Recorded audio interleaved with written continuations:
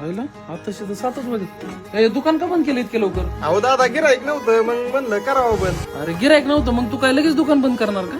नव्हतं दादा मग कटाळा आलता मग केलं बंद. अरे रवी, जसं आपण दुकान टाकले तसं दुकानाचा आपला टायमिंग 9च आहे संध्याकाळचा.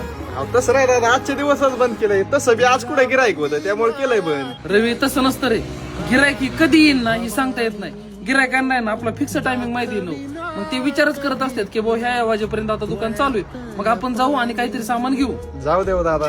तसं नाही रे रवी, व्यवसायात आहे ना डिसिप्लिन असणं लय गरजेचं आहे आणि ते आपण आहे ना कायम कधी बी विचार केला पाहिजे. मग दादा उघडू का दुकान? मग काय करू? तुला कंटाळा आलाय आता तू जा, मी शॉप उघडतो आणि गिरायक देतो. पण ज्या टायमाला तुला असं वाटत ना की भाऊ दुकान बंद करायची, त्या टायमाला मला दुकानावर थांबायला पण तू दुकान नको बंद करत जाऊ. बर चालतंय दादा.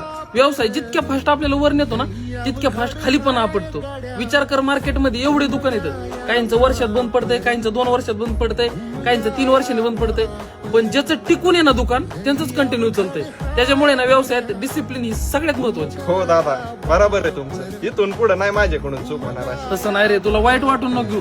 तू माझा भावी, तुला चांगली शिकवून देणं हे माझं काम आहे. जा आता तू घरी जेवण कर, मी दुकान उघडतो.